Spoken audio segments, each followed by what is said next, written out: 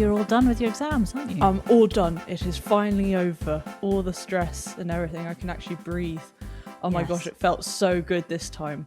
Because the last exams, I was like, okay, it's over for this semester, but I've still got next semester. Whereas now I literally, using the term correctly, feel complete relief.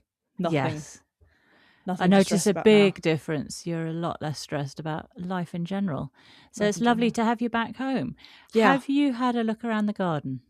Oh my gosh, I have. I mean, I've done many, many walks, which has just been lovely. Then just coming back through the garden, we kind of do a nice loop walk and we come back through the garden and you can kind of come up and the morning light is just stunning. All the red robins look amazing. Like candelabras, as you called them this morning. Yes. And forsythia as well. We need to talk about both red robin and forsythia. I'm glad you brought them up. We do, actually. Because red robins, we have put them in not as a hedge, but because we've got a hill, we're basically trying to populate the hill with as much shrubby stuff as possible so we don't have to do so much to it because it is very, very, very, very steep. We've put in a lot of red robins, sort of individual plants, and we put them in as plug plants a few years ago and they're now vast, and we haven't trained them at all. We haven't chopped them back. We haven't done anything. I remember Joe Swift saying not that long ago on a podcast, I think it was, and he was saying, I hate red robins, they're car park fodder or whatever he said, some disparaging comment about red robins. That's a bit rude. Yeah, I felt personally quite hurt by that comment. Persecuted. But I was the other day, I was over at a friend's and she had some, near her, a neighbour had some red robins trained into a hedge, and it reminded me how they don't look particularly great, but if you leave them to grow, they're absolutely stunning. The red tips, so it's not a block of red that you get quite a sort of dappled feel to the plant. Quite airy. It's greener than green, and then it's got these bright red tips, and it's in the shape of a Christmas tree, really, almost. It is actually, yeah. It kind of tapers to a point at the top. Yeah, exactly. And so this is a top tip from Sweet Pea and Bear. If you just really off red robins and you're like Joe Swift and you think all they're good for is car parks and you never want to see them in a garden, think again, because if you just let them do their natural thing, they look absolutely gorgeous. They do look stunning. This time of year, they come into their own. Really, they really, really do. And it's the same with forsythias as well. You also saw some forsythias. Yes. Being trained into a kind of hedge, so cut. Yeah. And once again, it didn't look nice at all. I showed you photos because you did. I forgot what forsythias can look like, and they're perfectly fine. And it's fine. Each their own. It's very much beauty's in the eye of the beholder. But if you are off forsythias, then again, I can only say think again, because those, out of pure laziness, we haven't trimmed down, laziness, and they just look like sort of fireworks in the garden. They're just little fireworks that exploded, and these yellow streams coming up. And it looks amazing with then the red robin, because then you got this clash of red and yellow at this time of the year, and it looks amazing. But Sweet Pea, I did see on an Instagram account called Abundant Gardens, I think it's called. His name's Ross. He put a post up about forsythia, and apparently they're sterile. So they provide absolutely nothing to the insect life or wildlife. Oh, did you know that's interesting. Yeah, there are some plants like that. They give absolutely nothing. And it makes you think, because I thought, no, surely not. But I've never seen anything buzzing around a forsythia, and I did then go out and sit and stare at one of our forsythias, and there was not much going on. So they're not great for the insect life, but they are quite beautiful if you just let them do their thing. Or beautiful if you cut them in a hedge and you like that kind of thing. Yeah, that also works. Yes, but otherwise, I mean, we've got quite a bit going on in the garden, as everybody has now. It's a great time of year. We've got our irises, purple irises are coming up. They're amazing. Stunning. Your honesty. Yeah. That's gone wild. Yeah, it has. The Japanese quince, that's another one I can really recommend for this time of year. We have that alongside the forsythia, alongside the red robin. It's a peachy colour flower. It's kind of coral pink. All clashes. It does. And it looks lovely. And it's packed with flowers. Yeah, it's quite a prickly plant, so be careful when planting it, of course. Yeah. But then it looks incredible. It's kind of got such a pure beauty to it because the flowers are so gentle. And then we have loads and loads and loads of daffs and lots of different varieties. And every single one has at least one hole in it from one bug or another. Yeah, you were trying to find one which was picture perfect. And not happening in our garden. Not happening. Everything was just like, I'd take a bit of this one. Oh, and a bit of this one. Yeah. Well, I'll put some photos onto our website, a little gallery of what we've got going on at this time of year. Yeah. Now, also, Sweetbea had a little bit of chit-chat guest news. Great. The first one is Shani. You remember Shani Gates? Of course I do. The Aussie head gardener. She got married this weekend. Great. To Harry. So big congratulations to Shani and her husband, Harry. Fabulous. And also, this I'm really very jealous about, and I want to know how to get involved next time if this ever happens again. But I feel like I might have lost the opportunity. Anne-Marie and Andrew from 50 Shades of Green did a photography class, like a master class with, do you remember I've shown you lots of photos? I'm always showing you photos of Clive Nichols. Yes. Photos. He's absolutely stunning photos. They're unbelievable. I mean, wow. Second to none. He's a true master of his craft, isn't he? Yeah. Exceptionally beautiful photos. Well, there was a spring photography masterclass with Clive Nichols that Anne-Marie and Andrew went to. And not just that, it was at John Massey's garden. And Chris Howell was there. So, oh my gosh. It sounds like an incredible day. And this is what Anne-Marie and Andrew wrote on their Instagram. We began the day with coffee and sweet treats. Oh my God, that could not be more up my street. That is awesome. That's awesome, isn't it? Yeah. Followed by an intimate and informative lecture from the world-renowned garden and flower photographer Clive Nichols. He shared his wealth of knowledge and showed us many techniques on how to get the best from our cameras and lenses to improve our photography skills. After our lecture, we went out with Clive into John's garden to explore new techniques. And Chris, of course, does amazing photography, doesn't he? Actually. So what a day that would have been. And I really am gutted. So, Chris, Anne-Marie, Andrew, Clive Nichols. Mummy desperately wants to come. And then Anne-Marie and Andrew wrote, this masterclass was the first of its kind for Ashwoods. And because, Ashwood is the nursery attached to John Massey's garden. Yep, just next door. And was a complete success. We're looking forward to join John and his team for another first of its kind event on the 25th of April when they host a specialist plant fair in John's garden, £8 entrance. So that sounds really good as well. But it's the photography one I really wanted to get to. But yes. If anyone wants a specialist plant fair, then head over to Ashwood You Nursery. would really love the photography one. You're really into it. Well, yeah. It'd be amazing to learn some skills from that. That would be awesome. Anyway, Sweetie Pie, a bit of housekeeping from last week. Do you remember we were wondering about that special tape for chip budding? And I said to you, don't worry, you don't have to find out what it is. I know. This was absolutely fantastic because we got a response from the man himself. We did. We got a response from Karim Habibi, who is the owner of Keeper's Nursery, the wonderful apple tree nursery. Yeah. And he responded on Instagram. He said, lovely podcast. The grafting tape is called Buddy Tape. Buddy tape, and which I swear I have heard of before. Oh, really? Well, thank you, Karen, for letting us know. That's really helpful. Very, very helpful, because I was sure there was something specific about it. You can't just go wrap a load of gaffer tape around your tree. That was my plan, by the way. I know. I genuinely thought surely any tape will do. I could so see you going just out into the garden and with a whole load of different tape, masking tape, gaffer tape. Yeah, but I'll find some buddy tape now. Yeah. Then just one final thing is, of course, Dan's plants. He's, of course, got his wonderful spring plants available now. And if you are wanting to get 10% off on any of Dan's plants, then head over to our website. You'll find a code in there, and we'll put it on the page for this episode as well. And just put that in at checkout on his website, and you'll get your 10% off. Exactly. Well, sweetie, shall we have a look at some No Way news? Yes, we have got some No Way news. And this time, because I'm now fully a free here. Woman. A free woman.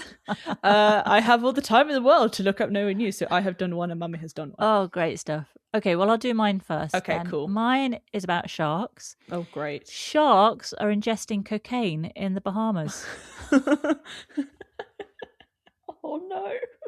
Oh no, tell me more. Well, the sharks are around, they're all around a very remote part of the Bahamas, and they did some testing on 85 sharks in the area. And 28 sharks from 3 species had caffeine and anti-inflammatory painkillers in them. The caffeine was the most common, followed by Tylenol and Voltaren, which are sort of hardcore painkillers. Yeah. And then a baby lemon shark tested positive for cocaine. Oh, baby. But oh, no. I'll attach the article to our website, but the most worrying sentence in this whole article is this. Research in goldfish suggests caffeine increases their energy and focus. Now, the last thing I want is a shark hyped up on cocaine and caffeine and having its energy and focus increase. You really don't want that. Oh my gosh, already they're pretty on the ball, but now... Well, my heart's already in my mouth diving anywhere near sharks, so if I know that one's just jacked up on coke and caffeine, really, I don't want to be there. There is a film, I think, about, which is based on a true story, but I think loosely based on a true story, of a bear that found some drug dealers' cocaine and ate it, and then was just this absolute manic bear that went around destroying everything and everyone. Oh my gosh. I don't want any sharks near me having had coke and caffeine. Oh no, that's awful. Then Natasha Wozniak, who's a biologist with the Federal University of Paraná in Brazil, says the findings are concerning because the Bahamas is seen as a relatively untouched paradise, but like plastic pollution, chemical pollution is more pervasive than many people realise. She says such pollution is often overlooked in favour of concerns like oil spills or plastic. Yes, very true. And it's so true, isn't it? We do just focus on that. You never hear about the other stuff. On the subject of pollution, another study has found that plankton are eating microplastics. Plankton? Oh my gosh, and they're already minuscule. Well, they're minuscule, and it's clogging up their digestive systems and causing a false kind of sense of being full. That obviously can lead to them starving to death. And the reason this is concerning, as we know, well, first of all, plankton are completely essential to the functioning of the planet. The base of everything, the foundation. It means naturally that whales, fish, crustaceans, they're then for eating the plankton, and then they're full of the plastics, and then naturally humans are eating, so we're up the food chain, so we're just consuming more of the plastics. But also plankton produce around 50% of the world's oxygen. Yes, they do. And also they absorb more CO2 than, I think it's something, I think they absorb more CO2 than, I need to double check this, but I think than all land-based plants and trees do. I'm pretty sure I've heard that when I've been looking up Nowhere News. It's quite an incredible thing. The ocean does most of the work, actually. Yeah, the plankton. It's quite incredible. So quite a concerning issue. You know, mildly amusing if you've got sharks on coke, less amusing when you've got nanoplastics in plankton. Yeah, and even less amusing if you're in the sea with sharks on coke. Yes, definitely not amusing at that point. Then it's really not a laughing matter. It's no time to fly at that point. Oh, I like that. Well, Sweet Pea, what's your Nowhere News? Well, mine is actually to do with, cacti in the desert, how some really swell up with water. And so you think, they're these great storage systems of water. Yes. And so if you were to be in the desert, that's where you could possibly get your water from. Yes. As a cactus, for example. Yeah. But actually, it can be lethal, but also can really damage your kidneys.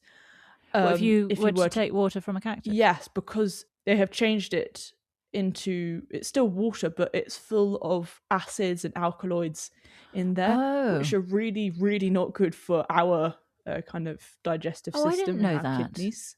Yeah. Gosh, I'm so sure that in old Western films, if you were stuck in the desert, they'd hack off a piece of cactus and then drip the fluid into their mouth. Yeah, you do not want to do that. Wow. So would it be better for you to drink your own urine then instead? Yeah, you don't want to. All I'm saying is you don't want to be going around drinking cactus water. I'm sure if push came to shove, you'd have to.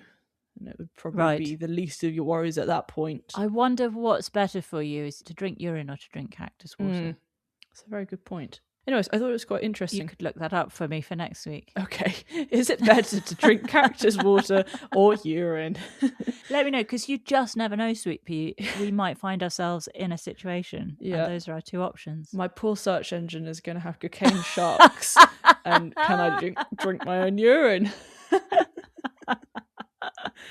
Well, that's an interesting fact. Thank you, Sweet Pea. You're very welcome. Right, shall we have a look at some plant and animal fun facts? What's your plant fun fact? Plant fun fact, now that I'm thinking of it, isn't going to make my search engine any better. Because it is this type of moss, which is called the red parasol moss, or Spleshnum rubrum. Mm-hmm. And it grows only on moose poo. Oh, that's quite interesting. So it's very interesting. It's quite a pretty little moss. But it's also known as dung moss as well. Mm-hmm. And it makes its life on animal poo, but it particularly likes the American moose, the alces. Right. And it's said that the way you're probably thinking, how does it even get there in the first place? Mm. But studies showed that fruiting bodies give off a smell, apparently, that attracts flies. So I'm thinking a kind of sweaty, rotten meat smell, probably. Mm-hmm. And then the flies disperse the moss spores to other dung sites, obviously, because they're going to those dung sites themselves. Gosh. So it must have to grow quite quickly, because I don't imagine moose dung hangs around for that long, does it? I think it can do. Do you think?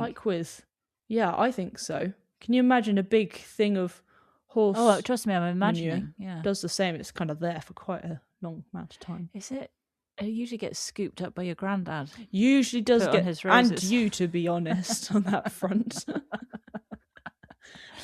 Well, that's interesting. I'm going to need to have a look at that now. Yes. You told me. Is it red? Yes. So it's quite a particular shape. So it kind of sends up this stalk, very thin stalk, and then it has a bit like a mushroom cap on top, but it's kind of a pinky red.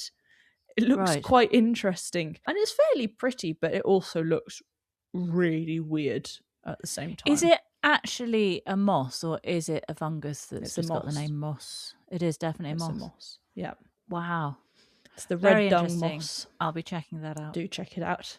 And your animal fun fact? Well, mine was going to be about otters. Oh, yeah. And the more I read the article, the more I thought, I can't actually say this out loud. Really? It's quite disturbing. Really? So it started off with, I was drawn to the article because it said how otters hold baby otters or seals to ransom. And I thought, okay, well, that's interesting. Interesting. You know, just a bit of unusual animal behaviour. Mm-hmm. But let me read the opening paragraph of the article. Oh, no. People love otters. They hold each other's hands. They juggle rocks. Baby ones raised in captivity squeak when introduced to water for the first time. Legend has it that they save human lives on occasions. But there comes a point at which rational people have to put adorable hijinks aside and recognise otters for what they are. Disease-ridden, murderous, necrophilic, aqua weasels whose treachery knows few bounds.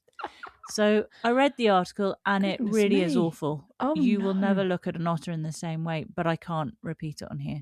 Really? So I'll attach the article to our website. Have a look at it at your own risk. It'll really put you off otters for life. Yeah, it slightly scarred me. Oh my gosh. So instead, I'm going to talk about blood-drinking moths. Did you know that there's such a thing as a vampire moth? No, I didn't, but it doesn't surprise me, to be honest. I had no idea. It's called the Calyptra moth, and it's found in Southeast Asia, Eastern Africa, China, Japan, India, and Eastern and Southern Europe. And these vampire moths can pierce the thick hides of animals such as buffalo or tapirs or elephants. Thick skin. And so what they'll do, they'll land on a spot and of the host animal, and then they begin penetrating the skin by applying their proboscis to the skin, then rocking it back and forth to push it in. Oh my god. And then as blood from the host animal wells up, it opens hooks on the sides of the proboscis to anchor it firmly in. Oh my gosh. So the proboscis basically has two parts that alternate between anchoring and drilling through the host tissue. And a bite from a Calyptra moth, so they will also land on humans and drink your blood.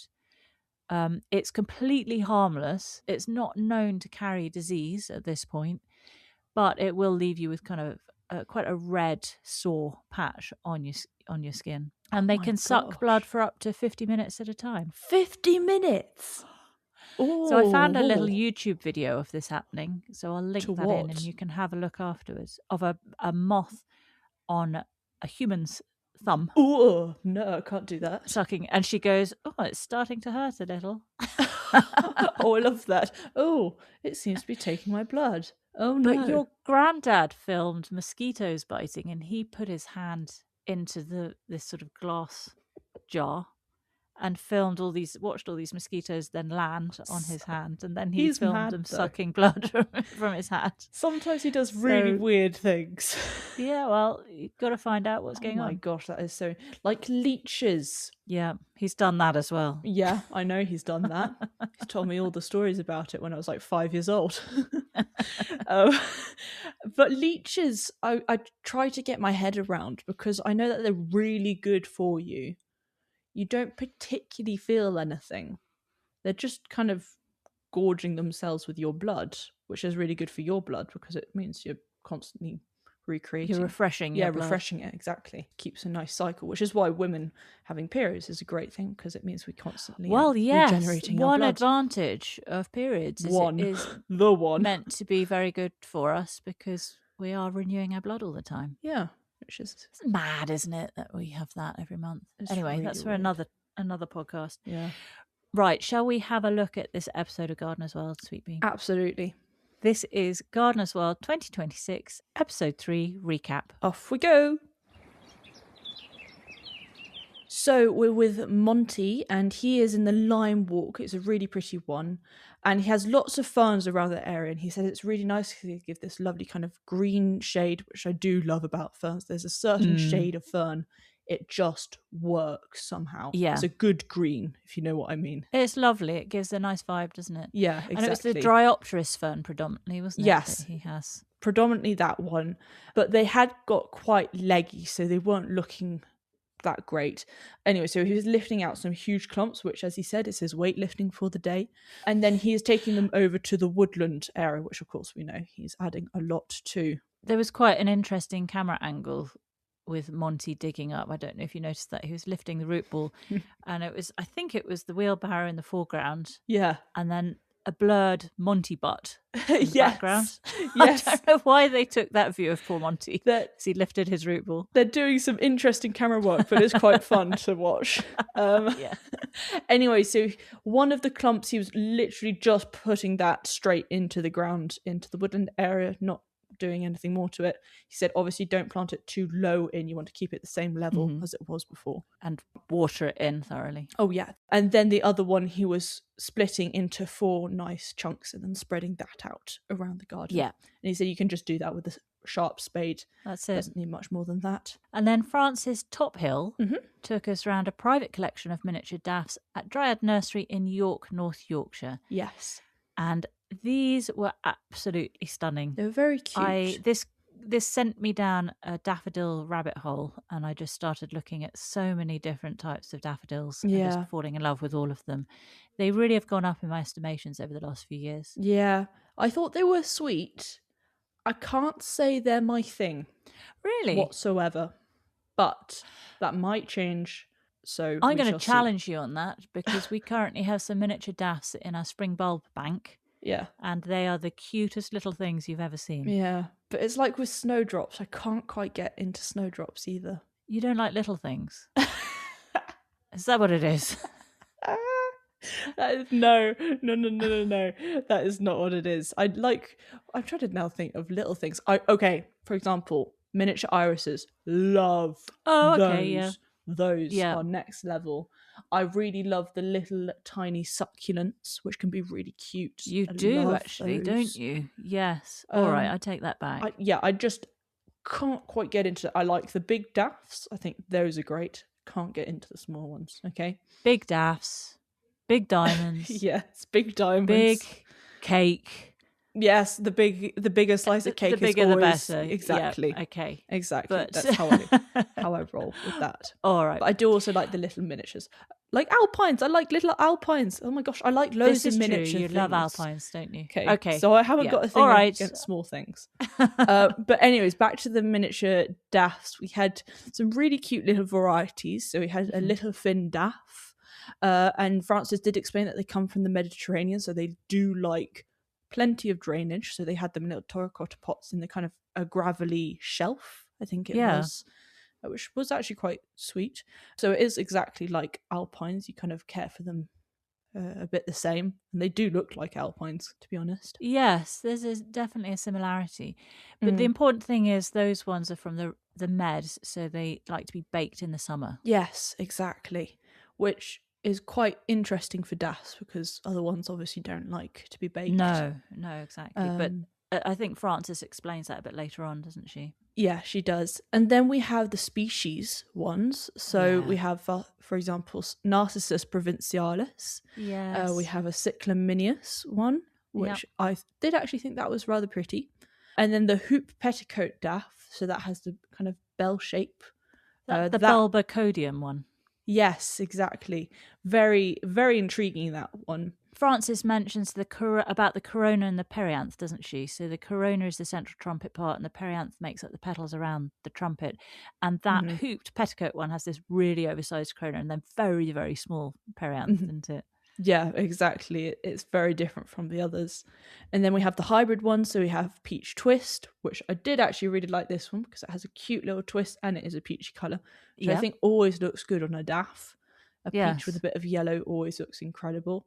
And then we had the square flowered one and the spider flowered one as well. Yes. So the square shaped one, square flowered one, that had 2 extra petals on it. And then the spider one had the sort of pronounced trumpet and the defined perianth. But with all those, so that was the selective breeding greenhouse, wasn't it? The peach twist, the square shaped one and the spider shaped one. Yeah. But they don't have either they don't have a name yet, or Frances just didn't give any name. I would be interested to know what those are all called. I would be interested as well. But she did say that the hybrid ones especially do have a great scent, because you've been able to hybridize between something that maybe looks good and then also smells good at the same time, which is great about hybrids. Lovely. It's just quite hard to know if you're going to actually get the pure form when you sow that seed. Yeah. It's always difficult with hybrids, whereas when you've got a kind of pure form one, it's always going to be the same year on year. Yeah. And then this was incredible. She went over to a different little greenhouse, which was, I think, the propagating or the seedling greenhouse. And she showed us the difference between a year one seed, which was so small, little spindly, tiny little fine leaves, a bit like when you first sow onions. Reminded chives. Yes, exactly. Yeah, chives when they're just coming out, but don't eat them because that would be very bad. And then she shows us a fourth year one, which is when you get your flowers. Yeah, and that's when you can finally see if you've got the pure hybrid that you wanted, or if you've got a slightly different look from a different gene. And then finally, Frances goes outside, and then that's when she says about the selectively bred ones to tolerate our climate, and that's more what we're used to seeing. And there was the Little Beauty miniature out there. Yes, the Little Beauty variety. That was gorgeous. And you didn't fall in love with them? I'm not in love. Okay. But I'm gonna have to work on you. Them. Yeah, we're gonna have to work on me. Well, there's an Instagram account, David Bruce 1132, and David has put together a lovely bundle of photos and a video from a tour he did of Dryad with the owner. And Frances mentions earlier that the owner prefers to stay out the spotlight, so I won't give the name, but I think her beautiful nursery should get a mention. And it should. He gives also a very decent write-up, so I'm going to link that particular post that you can see even though you're not on Instagram, Sweet Pea. Yeah. And in the video, he pans around with the camera and you get to see a huge amount of the beautiful narcissi in there.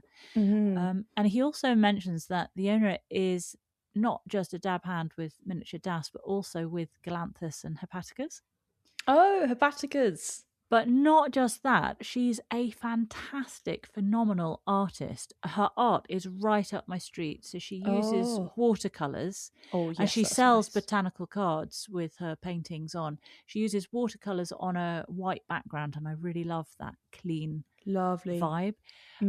So I've attached a link to those cards. You can buy them online as well as buy some of her plants too. So check that out. That's Dryad Nursery.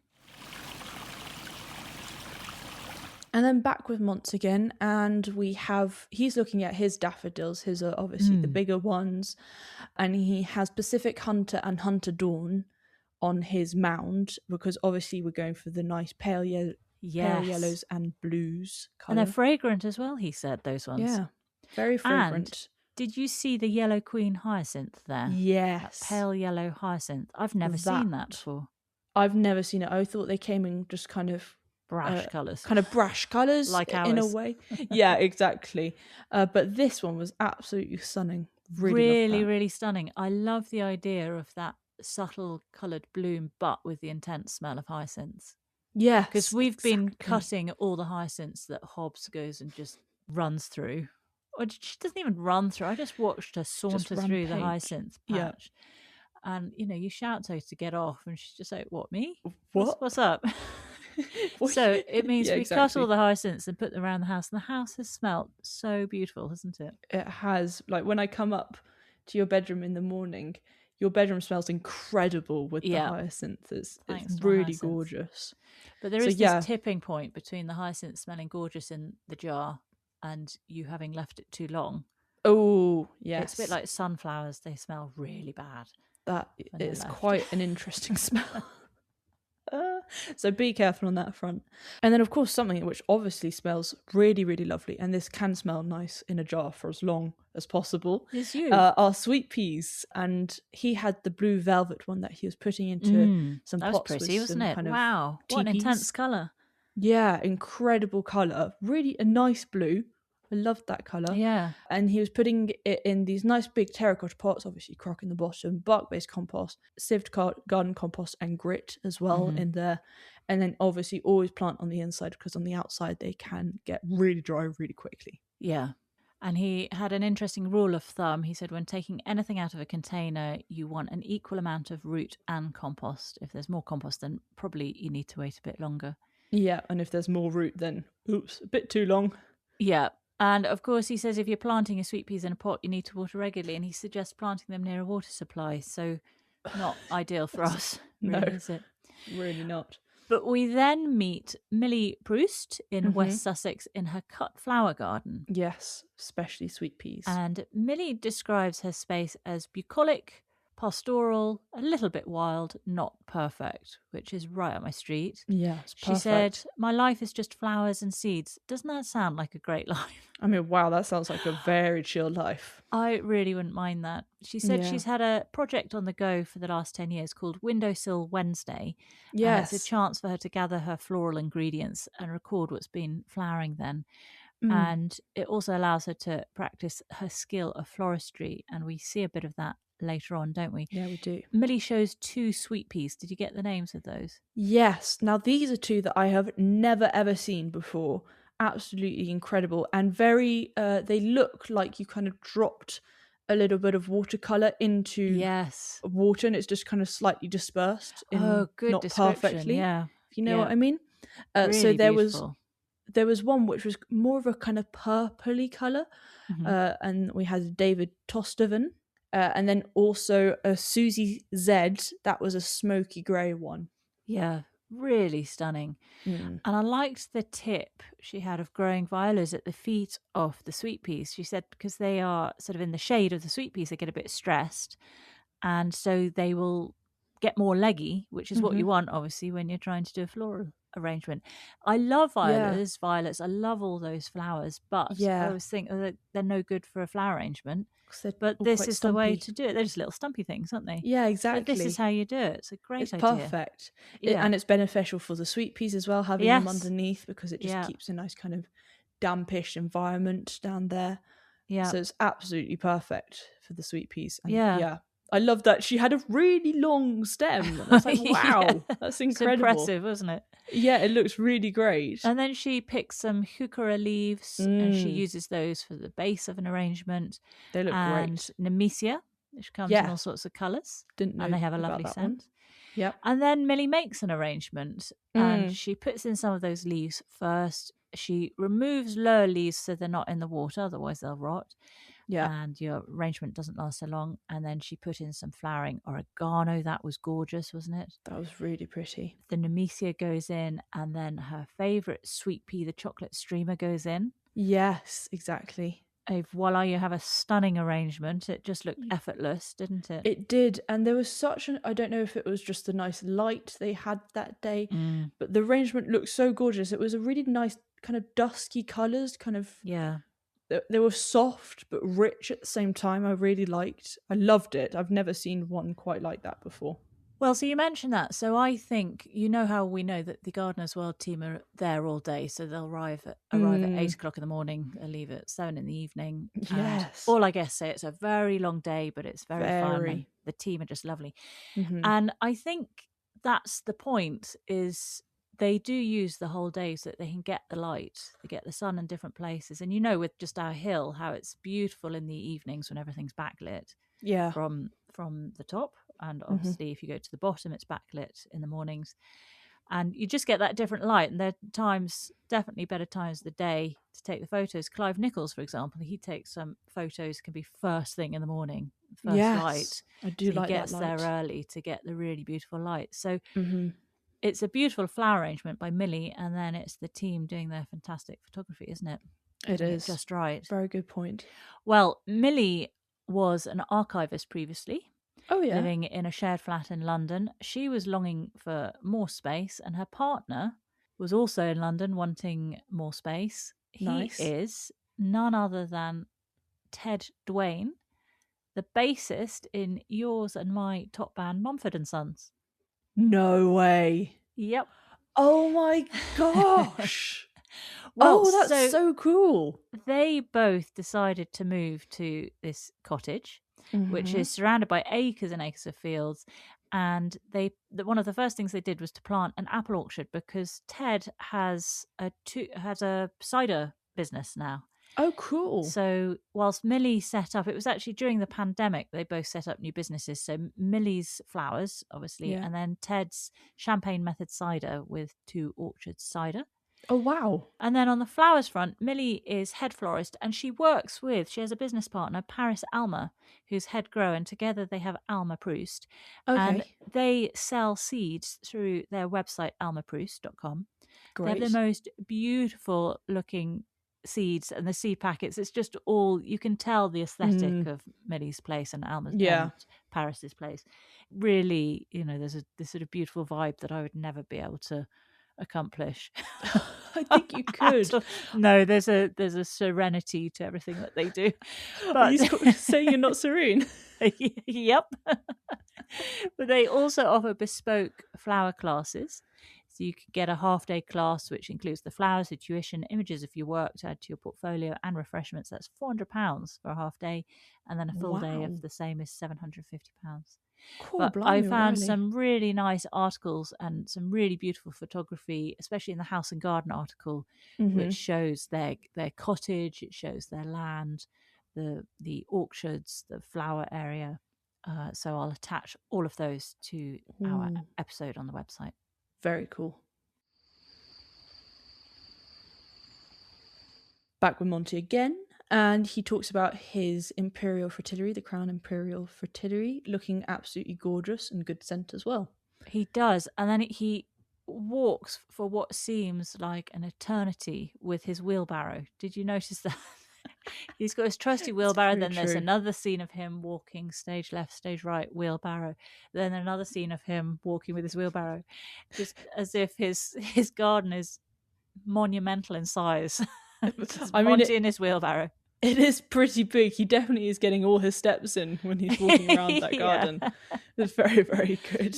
And with his wheelbarrow, he ends up where he usually gets a load of flooding. We see a lot of photos of that on social media. And he's looking at his dogwood, which likes to get wet feet, so it's happy there. Yeah, it's absolutely perfect there. He has the Siberica alba with the lovely red stems. And so he's really cutting it back hard, because it means that you then get a big kind of flourish of all these red stems coming, because it's the new stems that have the bright red. When they get older, they kind of become brown almost. Yeah, so ruthless cutting of that. And he did mention you also get, and we know this because we've got it in our garden, you can also get the yellow dogwood. You get a sort of bright green dogwood, and we have the red as well. You can get it kind of in between an orangey-ish one. Yeah.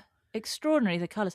In fact, I'm just thinking now, I think I've seen photos of where someone's taken cuttings from a whole range, and I think you can get purpley ones as well. Oh, you get almost the rainbow of colours just from dogwood's young, pretty shoots. Very, very cool. Oh, that would be gorgeous. Yeah. And then he also says that they're great for taking cuttings. So he takes a nice, long, thin, he says a little bit thicker than a pencil, but thinner than your finger.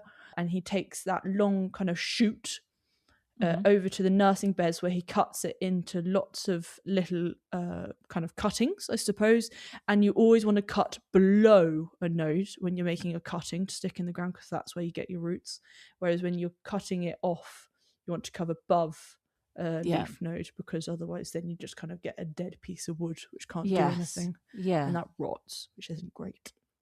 Yeah, so you cut it flat at the bottom, so you know that goes into the soil, and you want to bury that at least half in. And then the top you cut at a slant, and that helps you first of all identify which are your tops and your bottoms, and also means that water just sort of slides off rather than sits on top if you had a horizontal cut at the top. Yeah, exactly. Wouldn't you love a nursery bed, Sweet Pea? I would love a nursery bed. I know what you're thinking. Shall we build a nursery bed? Yes. Should we? Let's find the space and the time. Okay. Good point, both of those.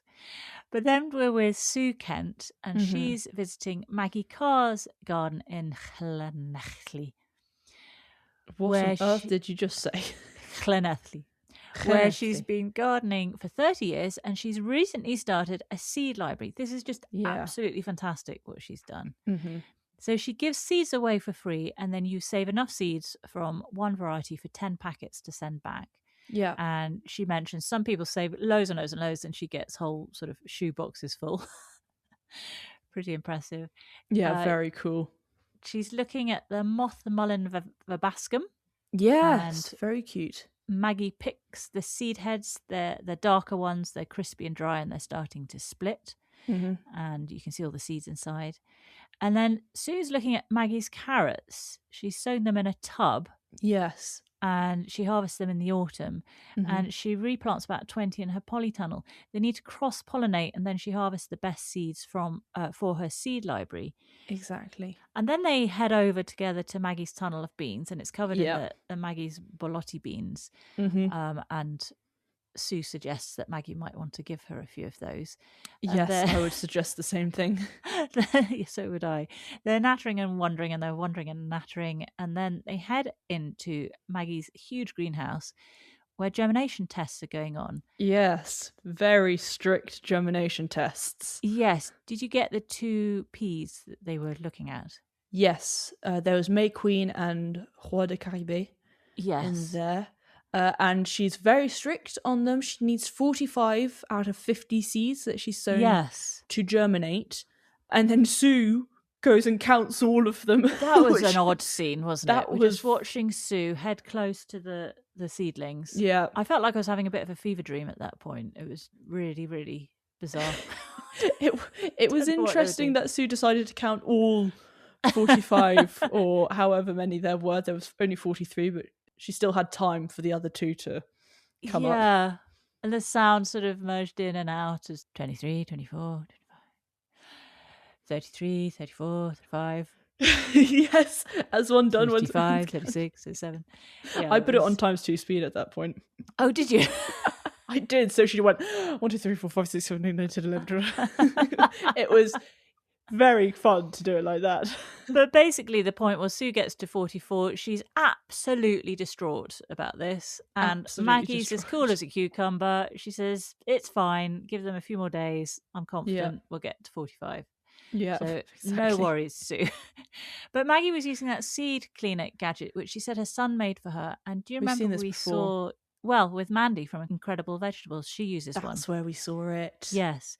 And she's got a nice little video of it functioning. So I'll put a link to that video on our website. It's a very interesting mechanism, isn't it? Yeah, it works extremely effectively, though. It does. And then right at the end, Sue pulls out of her dress some amaranth seeds for Maggie. And Maggie hands over some of the Maggie bolotti beans. Exactly. Everyone's happy.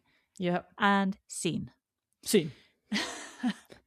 Well, Maggie's seed library is called the Incredible Seed Library. It's such a brilliant idea. She basically set it up on Facebook. She set up I think it's called a Facebook group during the 2021 lockdown, and called it Incredible Seed Library. And she just did a really basic thing. She listed the seeds she had, and if anyone wanted them, they just sent a stamped addressed envelope and she'd send them back in the post. Sounds and great. within a year, she had 1,000 subscribers, and now she has 2,400 members. So this thing is growing, and I imagine it'll grow even more after this episode of Gardener's World. What a really fantastic idea. So simple as well. Very simple. And thousands of people get to benefit from it. Exactly. And it just means that seed is constantly going out everywhere, which is the best thing that can happen. It's what you want, isn't it? You want to disperse it as much as possible. So I'll put a link to that group if anyone wants to join. I'll stick that onto our webpage. Oh, fab. There's a weird moment with Monty teasing Ned with a biscuit. I know, I thought that was so mean. And Ned was just like, give me the biscuit. That would be you. Yes, that would be me. And Hobbs, oh my gosh, talk about the dog. Then we're at Monty's beautiful spring bulb table, and he's deadheading a few of those miniature das, and then off into the potting shed. Yeah, for a little thing about seed sowing. So a little masterclass. Sorry, a little masterclass. Very sorry, how rude of me. And he talks about all the different kind of bases that you can have. So all the different types of compost. So you have bark compost, grit, perlite, leaf mold, garden compost. And it's good to have a kind of nice mix so that it feels just fluffy and light in your hands, because you want good drainage. You're not especially needing loads of nutrients, because that is what the seed is itself. Yes, and he takes the ingredients and he says you use an equal amount of the vermiculite or perlite, then there's the leaf mold and the compost. And if you don't have any leaf mold, just use more compost. Mix it up, and like you say, so it's all nice and fluffy. It looks gorgeous. Oh, God, I so love compost. You're really in your compost era, aren't you? And then he is sowing Gardener's Delight tomatoes, and he's spacing them perfectly apart with his little dibber, and then covering lightly with some, I think that was some grit on top, very lightly, and then he placed in some water, because you want to water from below, not above, because otherwise all the seeds just kind of disperse, and then you don't have them nicely spread apart. And another important thing was making sure there's contact with the soil, so he uses that piece of wood that he presses down. Yes, that's great, isn't it? And then we meet the tomato aficionado, Lance Turner, from Tomato Revolution in Melksham, Wiltshire. Yeah. 12,000 varieties of tomatoes, and Lance grows about 120 varieties a year. Yes. Who knew there were so many tomatoes? Tomatoes is something that's come to me later in life. When I was a younger student, when I was in my 20s, 30s probably as well, I didn't really give tomatoes much thought. I just bought whatever looked the smoothest looking skin and the reddest colour. And then I remember tomatoes on the vine became a thing, and so you bought the tomatoes on the vine because they're meant to hold the flavour more or something like that. Probably just a gimmick. But then that was the thing that we'd get. Don't forget to get the ones on the vine. And then I started to appreciate them a lot more. I think when with some travelling around Europe and travelling around Australia, hotter countries, and you get just the most sublime tomatoes you can ever imagine. More flavour. Like in Australia, they're huge. They're monstrous in size, and they're bright red, and they've got a really smooth, perfect skin, and you think that's not going to taste good. No, it's just going to be water. Absolutely sensational. And the sun has kissed that. Yeah, if you go to the Med, where they've got lots of sunlight, they've got beautiful tomatoes. And then it's when you have started doing your rainbow array of tomatoes. I've got into them big time. Exactly. And to be honest, before I started gardening, wasn't at all a tomato fan. I found them quite to eat. I found them quite bland, and I would never choose to have them anywhere near me if possible. Oh, right. And then it was only really when we started planting them that I was like, I mean, ours taste really nice. There was something different about homegrown tomatoes than the ones that you get from the shops. Yes. And then I kind of understood a bit kind of what farmers markets are meant for. Yes, because the produce your locally grown produce. Exactly, and the produce just tastes so good compared to a supermarket where it's been zapped with all sorts of weird things. Incomparable. Yeah, incomparable. So between a farmer's market and our garden, tomatoes are now pretty high on my list of favourites. Oh, isn't that good? Fruit, if I'm going to say it correctly. Yes, yeah. Gosh, gardening's done you a lot of good, hasn't it? It definitely has, yeah. Well, Lance is growing modern classics and heirloom varieties. Yeah, he likes the backstories of the heirlooms. I love the heirlooms as well. And he talks about this one, I love this name, it's called Plan 9 from Outer Space, which is based on a 1957 sci-fi movie. Apparently it's awful. Course, Gardener's World puts a bit of alien-type music on in the background for that. Yep, perfect. And then Lance shows how he tastes and perceives tomatoes. Yes. And he plonks on the table what he calls a bland one. Mm-hmm. And then he talks about the sweet ones, which is a lot of the cherry tomatoes. Yes, and very sweet. Then the tart ones, which are the yellow ones. I didn't know that, which is good to know. I didn't know that, no.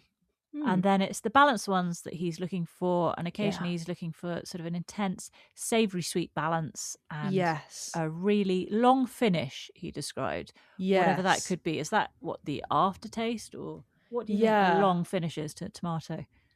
I'm not quite sure either, but I'm going with what you said, which is just kind of that taste stays in your mouth and you're just like, oh, and it's not a weird aftertaste, it's the proper aftertaste. Right. Yeah. I'm going with that. It could be that one. Perhaps we need to ask Lance. Yeah, we should. And then one that I was really intrigued about, and apparently this is a genuine heirloom, was the Heart of Vassar. And this was grown in Cyprus with this family, and then for 3 generations. For 3 generations. In a village called Vassar. Yeah, exactly. So the name says it all. Yeah. And he was lucky enough to get some seeds, and it looked really gorgeous. It did, didn't it? Really gorgeous. Yeah.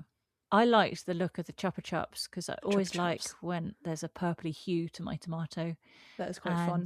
He talks about, so the Chupa Chups has the black shoulders with the anthocyanin in, and then he said an array of colours inside. And when he opened that up, that had me salivating. It looked beautiful. He said that's sweet with some zinginess. Which is nice. I quite like a sweet and zingy. I do. For sure. Yeah. He saves the heirloom seeds. And he shows us how he does that. So he takes the seeds out, puts them in a pot of water for a week, and it kind of ferments and replicates the tomato rotting in the ground, which we never talk about, do we? What happens in nature? No, I think because it's don't talk about perhaps it considered a bit unsavoury to think about it rotting, but it makes complete sense. Then he washes the seeds and he lays the seeds on some greaseproof paper and then leaves those to dry for a week. And then once it's dry, he said they're good for about 5 years after that. Yeah, which is really great. And he opens a pot of the fermenting stuff and it looks like it takes his breath away because he's like, oof. Yeah. Almost his head shot back. Yeah, his reaction told us everything we needed to know, didn't it? A bit really like when you're going into your hideous pot of fermenting stuff at the greenhouse. And I've got to make more as well for this season. Yeah, that's all your feed, isn't it? Yeah, exactly. It's the one I just make from a whole load of weeds. That's nettles, everything. There's dandelions. Borage goes in there, dandelions. They're all great. Stinks the hell out of the greenhouse, but I think you even put mare's tail in, don't you? Yes, I do that as well. Really, anything I just kind of collect all the weeds from the garden. And the plants absolutely love it. Like I can really see a difference in them when you're giving them a bit of a drink. Yeah, waste not, want not. Yeah. And then he talks about how he starts his seeds in February, and once they're 12 inches high, he transfers those into 15-litre pots. And he just uses a multi-purpose compost. He does. And he says they like a damp soil. And for that reason, he tends not to use grow bags because they lose their moisture quite quickly, which surprised me. I would have thought they would maintain the moisture. Yeah, I would have thought the same. And then during the early flowering stage and growth stage, he uses a nitrogen feed. Seaweed is good for that. And then as they start fruit, he reduces the nitrogen and increases the phosphorus and the potassium because that encourages more flowering and good large fruits. Exactly. That's what I do. So the weed feed that I give, That is kind of more down the liquid seaweed route. So that's what I give all my plants when I just want them to grow. Yep. And then I usually use a kind of banana feed when I kind of want the phosphorus. That one stinks as well. That one does stink. It all stinks. It's all stinks. Fermented stuff. I just feel there's a better place you can put it rather than contained within the little greenhouse. I can't. You put it somewhere with a bit of a through breeze. Anyway, work. Lance has recently been growing micro tomatoes, and this interested me hugely, sweet pea, because it interested me hugely. He said you can sow them and within 12 weeks you've got ripe tomatoes. Mm-hmm. You see where I'm going with this? Yeah, can you see where I'm going with this? Could we put these on your windowsill?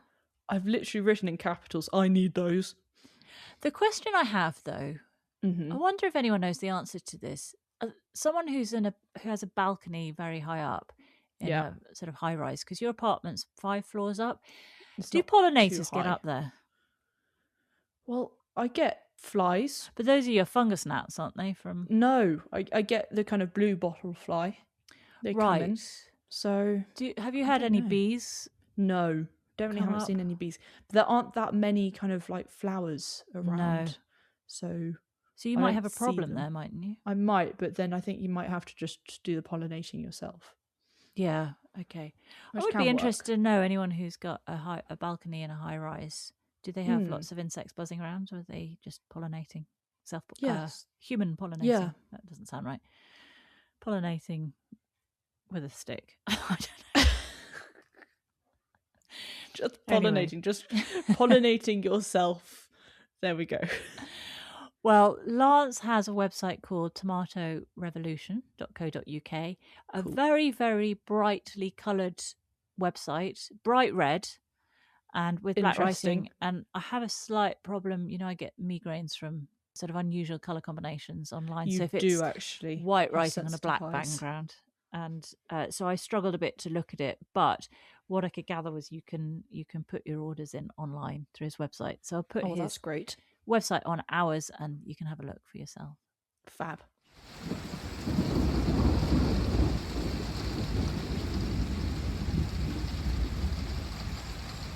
Monty's growing his annual rocket. Yeah, which is far better than the perennial one, apparently.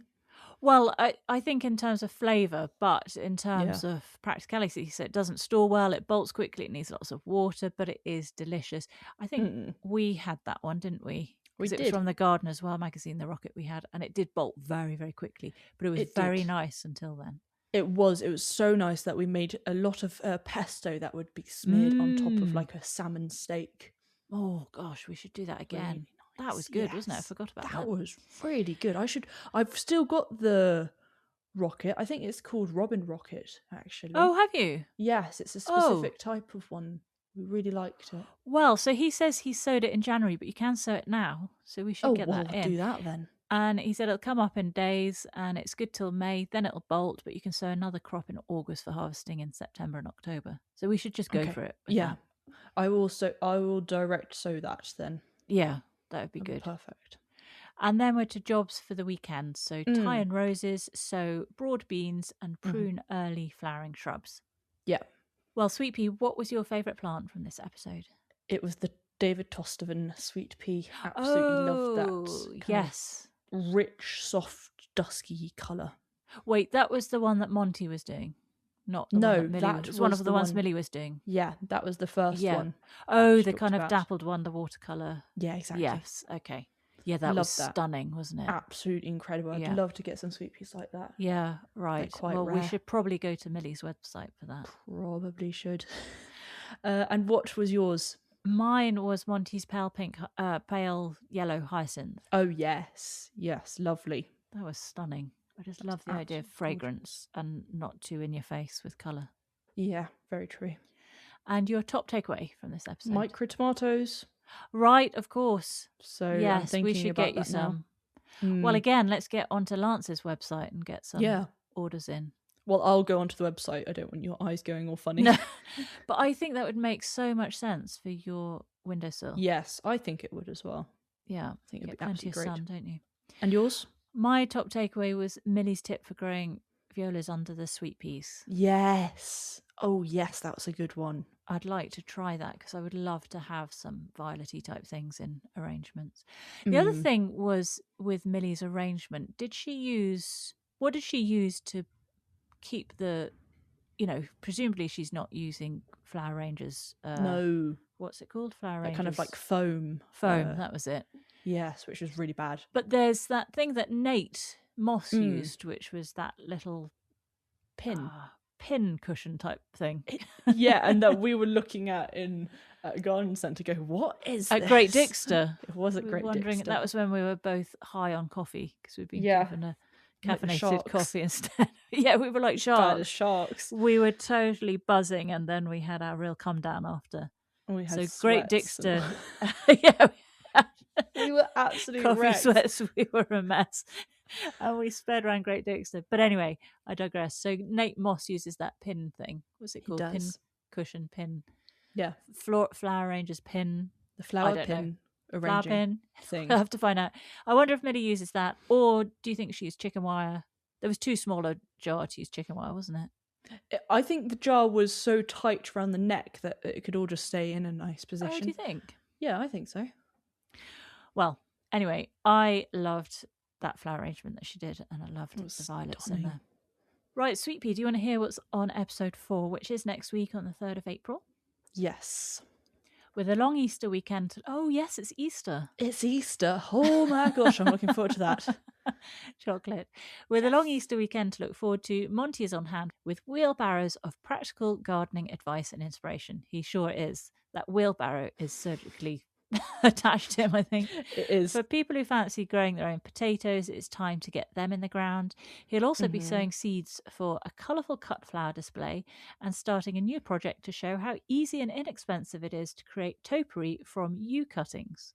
Ooh. Ashley Edwards heads to a magical spring garden in Horsham, which, do you remember, that's where he was off to straight after our chit chat with him? It was. Such a nice man. To share his love of the season of renewal. Lovely. In Carmarthenshire, there's a grower who gave up her job in London to follow her dream of becoming a flower farmer, plus a gardener in Ely who is simply potty about pots. Ooh, very cool. Well, that's next week, but as always, we'll be putting all links of everything that we've talked about. That'll go onto our website. You just go to the podcast, drop down, click on recaps, and go into the relevant episode. Yeah. And that's on our website, notjustagarden.co.uk. And if you want to get in touch, of course, well, you can do that through the website on the contacts page at notjustagarden.co.uk. But also, you can also do it through our email, which is notjustagarden@outlook.com. You can direct email us through there with anything you want, any top tips, fun facts. I love a good fun fact. Gosh, you're really elaborating, Soupy. Yeah, anything. And of course, you can put your email into the subscription box, which is on just about all the pages of our website. And if you do put it in there, you're not going to get junk mail. You'll just get notification as soon as each episode of our podcasts are available. So whack it in there and you'll get a nice email each time we're publishing. Exactly. Well, you're a woman of leisure right now, aren't you, Sweet Pea? So I imagine you're going to go do something very exciting with your time. What's your plan? Absolutely. Well, actually, on that front, I'm off to a little get-together with some friends this evening. Yes, that would be lovely. Prepare for that. Pootling over in the car. Can you remember how to drive? Just about. Okay, good. Yes, I can. Well, have a lovely evening, and we'll see you next week. We sure will. Thank you for listening. Bye-bye, Sweet Pea. Bye, Mummy Bear.